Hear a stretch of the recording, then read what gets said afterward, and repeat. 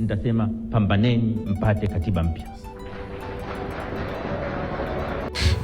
Maswali ya mapema ya kujiuliza ni kwamba kama ni kitu chema, kwa nini tupambane? Kwa nini zimwagwe damu zetu? Na wewe umeshika mpini, na wewe umo. Kwa nini tu hiki kitu msikabidhi kwamba katiba mpya hii hapa, wadau wote mawazo yenu ni haya na haya hapa, ikaisha. 2, kwa nini utuambie sisi tupambane? Husemi mimi na nyie wa Tanzania tupambane. Tupambane na nani? Wewe ukiwa wapi? Tupambaneje? Mimi kifupi naweza kusema Nchimbi analotakiwa kulifanya lilo zaidi ya maneno mazuri anayotupanga. Kama Nchimbi ni mzuri, kama sio changa la macho haya anayoyafanya, anayotusemesha, Nchimbi anatakiwa kuwa wazi zaidi ya hivyo. Aseme waziwazi adui yetu ni nani, adui yetu ni mbaya kiasi gani, na hatua stahiki ni hipi. Sio tu tupambane. Watu wameuawa Oktoba 29, wanapambania hayo. Watu wameendelea kutekwa, wameendelea kupewa kesi za uhaini, za ugaidi, hafanyi chochote. Watu wametekwa, akina Polepole, akina kijana Mzalendo, akina Mdude, watu maelfu. Nchimbi hafanyi chochote, wala watakuwapigania wale ndugu zao wanalia, wanakuwasaidia. Ndio maana wengine tunasema ipiganiwe, iwepo serikali ya mpito. Serikali ya mpito itakayosimamiwa na watu waadilifu kabisa. Tunao wote. Tukisema hiyo serikali, basi ikiwezekana asimamie Jaji Warioba, kila mtu wa pande zote, 98% na zaidi watasema ni kweli. Hata waovu ikipigwa kura tu ya uhuru, hata wabaya watasema kweli. Asimamie serikali ya mpito, ili hiyo serikali sasa ndio iunde katiba inayoweza kuwa mwafaka. Nje na hivyo, hili ni changa la macho, kwa maana asema wakati uliokubalika nalikusikia, siku ya wokovu nalikusaidia. Tazama, wakati uliokubalika ndio sasa, tazama siku ya wokovu ndio sasa. Mtu uliye kwenye mateso, unaumwa, umekandamizwa na kitu, huwezi ukasubiri mchakato wa miaka 3, 5, mwaka mmoja mbele. Unataka leo utoke kwenye shida hiyo. Tanzania tuko kwenye bonde la uvuli wa mauti, tuko kwenye bonde la vilio. Saa ya kutoka kwenye hiyo shida ni saa hii ambayo maumivu ni makali kupindukia. Ingawa maneno haya yaliyosemwa na Nchimbi hapa ni matamu kuliko asali, kuliko sukari, na amepigiwa makofi mengi na watu wengi na kupongezwa na wengi kwenye comment na mitandaoni, lakini usiye mvivu wa kufikiri, unayeweza ukafikiri vizuri zaidi ya uzuri, bila shaka utatafakari pamoja nami kwamba maneno haya pia hasa yanaweza yakatumika kuwa changa la macho. Inawezekana dhamira ya Nchimbi ni hivyo ya Yuda Iskariot, inawezekana. Lakini maneno haya usione ajabu yakitamkwa na Wasira, usije ukaona ajabu yakitamkwa na Samia, usije ukaona ajabu yakitamkwa na Msigwa. Hivi na wahakikishia tuyasikilize, lakini zaidi ya uzuri, msio wavivu wa kufikiri. Unaweza ukafikiri vizuri kuliko uzuri. Utakubaliana na mimi namna anavyoweza kuwa changa la macho. Mimi naenda kuchambua yanavyoweza kuwa changa la macho, na kama sio hiki sasa nini kifanyike? Naenda kuonyesha hapo mbele. Karibu tunasikiliza. Na katika utawala bora katika nchi, kitu kinachoweza kubeba mengine yote ni katiba.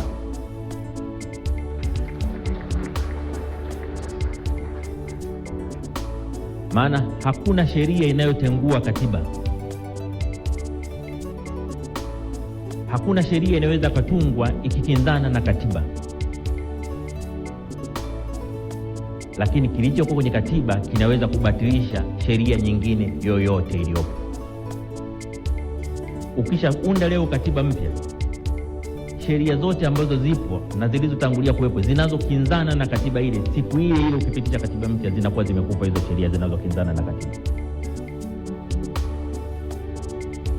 Ndio maana kama nina kitu cha kuwaambia Watanzania, ningewaambiwa hebu makamu wa rais waambie Watanzania jambo moja tu. Wakisema una jambo la kuwaambia Watanzania moja tu, unapewa nafasi ya mwisho, sema moja, nitasema pambaneni mpate katiba mpya.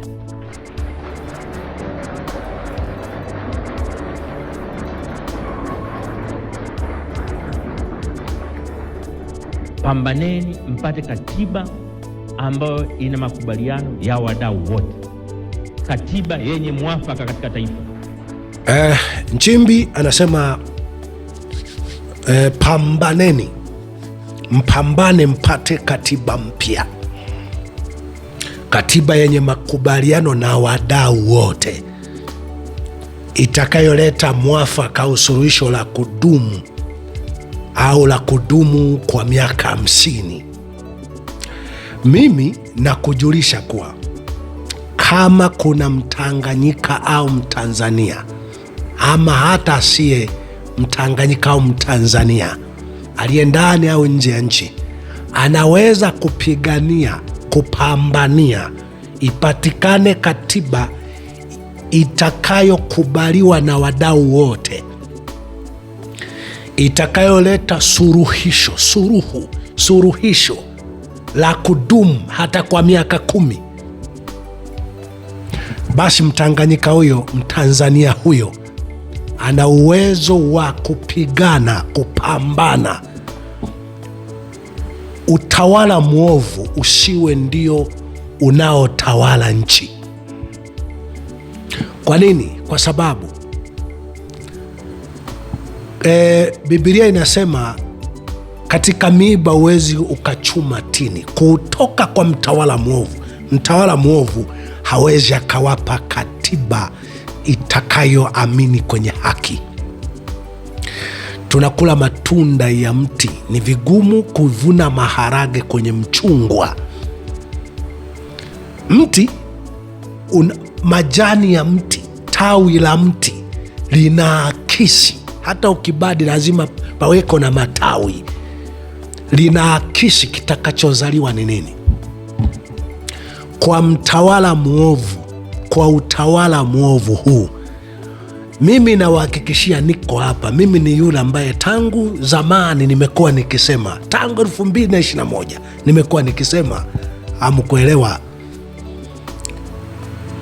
Nawahakikishia kwamba utawala wa Samia hawezi kuruhusu kwa damu za aina yoyote katiba itakayokubaliana na wadau wote. Utawala wa Samia hauwezi. Kwa lugha rahisi, hii katiba, lugha sahihi, ni katiba itakayolinda haki zote za utu wa mtu, usawa wa watu, maisha ya watu.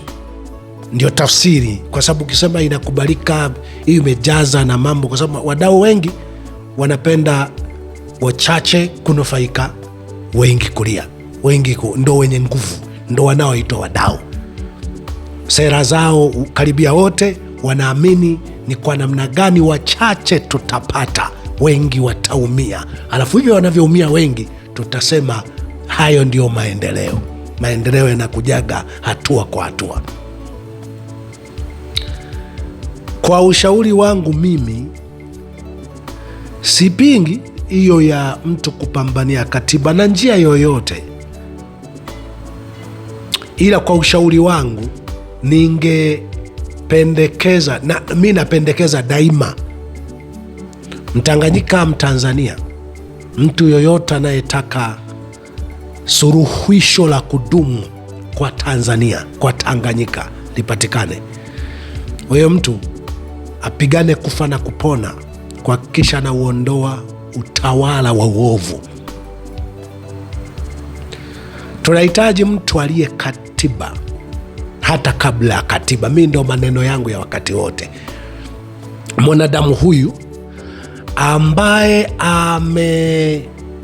ameikataa Biblia, amekataa vitabu vya Mungu kwamba vinamchelewesha, vinamnyima raha, hawezi kutunga sheria, utaratibu, ajiwekee wa kumbana, kwa sababu katiba yoyote itakayoamini kwenye haki, yoyote itakayoamini kwenye haki, kwenye suluhisho la kudumu, kwenye mwafaka, itakayokubalika na wadau wote wenye haki, lazima ireflect kwenye Biblia, itokane na Biblia au vitabu vya Mungu. Mwanadamu, vitabu vya Mungu amesema vinamchelewesha.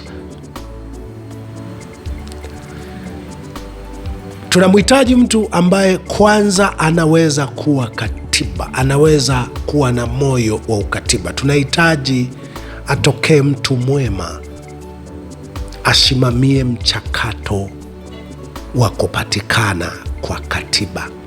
Yeye mwenyewe awe katiba, yeye mwenyewe awe mwema, yeye mwenyewe awe wa haki, asimamie mchakato wa kupatikana kwa katiba. Ndio maana wengine tunasema ipiganiwe iwepo serikali ya mpito, serikali ya mpito itakayosimamiwa na watu waadilifu kabisa. Tunao wote. Tukisema hiyo serikali, basi ikiwezekana asimamie Jaji Warioba, kila mtu wa pande zote, 98% na zaidi watasema ni kweli.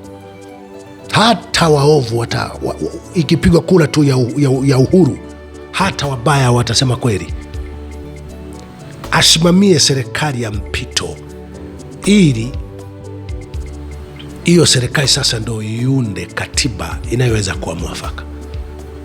Nje na hivyo, hili ni changa la macho ambalo kitakachofanyika, kuna watu wanatafutwa hapa, kuna watu wanatafutwa ili waingie kwamba sasa tunaingia kwenye katiba mpya, tunaanza katiba mpya,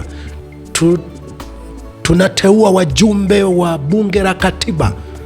Kuna watu ambao nadhani kwa 100% maisha yao ndio katiba. Kwa walimadamu wataenda kupata posho kwenye bunge la katiba kule, wataenda kupata posho kwenye vikao, kwenye bunge ambalo wanajua kabisa hakuna kitakachoenda kupitishwa cha haki. Wenyewe watasema ndio, hiyo ndo katiba mpya, hiyo ndo katiba mpya. Kwa nini hakitakuwa cha haki? Nani anayesimamia mchakato wa katiba mpya? Ni yule mnayemlalamikia, ambaye hiyo katiba ikidai haki atawajibishwa kwa mauaji, utekaji na dhuluma aliyoifanya. 2, bunge lote na karibia wote atakao wateua wote, yeye ndo aliyeshika lungu la kuwapa ulaji huo. Bunge karibia 80-90 litakuwa linasikiliza yeye anataka nini.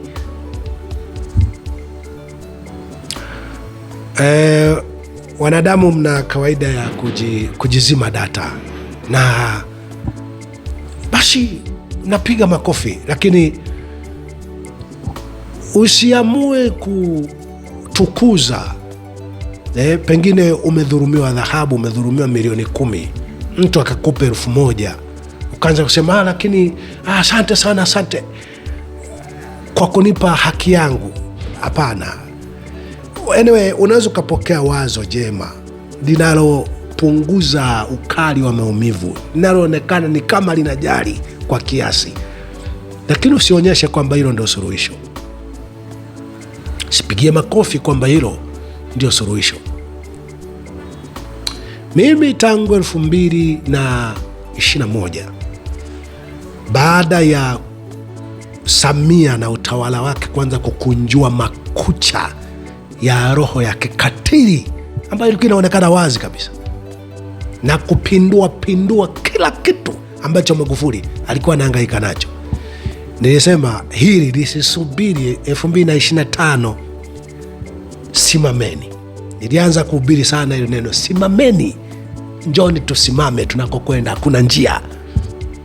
Watu wengi manabii wahubiri, no hapana Mbarikiwa, lazima tufuate taratibu na mifumo, tutafanya yote haya 2025. Nikaambia 2025 hakuna kitakachotokea, no changes.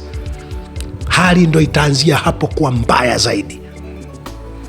Nilitoa vipindi fuatia kwenye mtandao nikasema Samia asipoondoka chini ya mwaka 2024 haondoki. Hii neno haondoki, Samia is the system. Samia ni mfumo wa ukandamizaji wa dhuluma dhidi ya haki. Hicho ndo kinachoitwa Samia. Samia ni umwagikaji wa damu. Samia ni utekaji. Samia ni ufisadi. Samia ni maonezi dhidi ya watu wasio na nguvu ya kifedha au ya kicheo. Hiyo ndo tafsiri ya Samia ni nini. Sasa ubaya hauhitaji kusubiri mchakato. Ubaya unatakiwa kukataliwa saa hizi, wakati huu, kwa nguvu yoyote, kwa hatari yoyote. Semeni chochote mnachosema, ingieni kwenye hiyo michakato. Hiyo michakato ya katiba mpya, kitakachofanyika ni kuwapotezea muda tu. Kwa mtaingia hapo, mtaenda mtabishana, litakufa. Mtakuwa mnaingia mmeshafika 2030 bila shaka mnafahamu kwa sasa hakuna cha demokrasia kwenye kinachoitwa CCM, hakuna cha nini, watawekewa tu ni huyu. Inji tukiwa ni watu ambao kokote tunakokapata tunasema ndo tuchokuwa tunahitaji, basi tumeingia kwenye kulia. Lakini kama tutafika mahala tutasema no, tunachohitaji ni hiki, usitupe hiki ambacho hatukihitaji, nataka hiki. Kwa damu zozote utakazomwaga, kwa mauaji yoyote utakayofanya, kwa kesi za uhaini za ugaidi zozote utakazotupa, tunataka hiki. Kwa uhai wetu au kwa mauti yetu tunataka hiki. Leo, wiki hili, mwezi huu tunataka hiki immediately. Huko ndo tutakuja kuona mwanga tena, nuru tena. Biblia katika kitabu cha Wakorinto wa pili, Wakorintio wa pili sura 6 mstari wa kwanza. Nisome mstari wa kwanza tu na pili huo. Sema, nasi tukitenda kazi pamoja naye twawasihi msipokee neema ya Mungu bure. Kwa maana asema wakati uliokubalika nalikusikia, siku ya wokovu nalikusaidia. Tazama, wakati uliokubalika ndio sasa, tazama siku ya wokovu ndio sasa. Mtu uliye kwenye mateso, unaumwa, umekandamizwa na kitu, huwezi ukasubiri mchakato wa miaka 3-5, mwaka mmoja mbele. Unataka leo utoke kwenye shida hiyo. Tanzania tuko kwenye bonde la uvuli wa mauti, tuko kwenye bonde la vilio. Saa ya kutoka kwenye hiyo shida ni saa hii ambayo maumivu ni makali kupindukia. Mtakapokuwa mkidai hicho kinachoitwa katiba mpya. Kumbukeni hili, ukweli ni kwamba sijui dhamira ya Nchimbi. Yote mawili yanaweza yakawa. Nchimbi anaweza akawa ana uyuda, Nchimbi anaweza akawa anatumiwa kutia mchanga kwenye macho ya wanaona.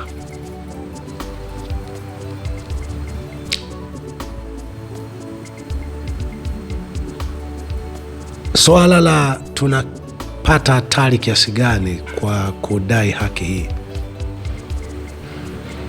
likitutoa kwenye focus ya kudai hii haki,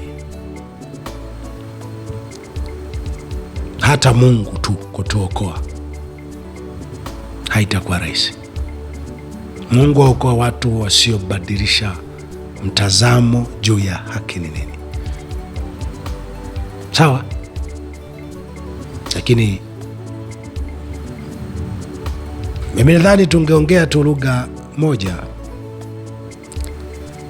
Tunataka mabadiliko ya utawala, uwepo utawala innocent ambao ndio utasimamia upatikanaji wa katiba inayoweza kukubaliwa na watu wote na wadau wote, katiba inayoweza kuleta suluhisho au mwafaka kwa zaidi ya miaka 100. Hongera na asante kwa kunisikiliza.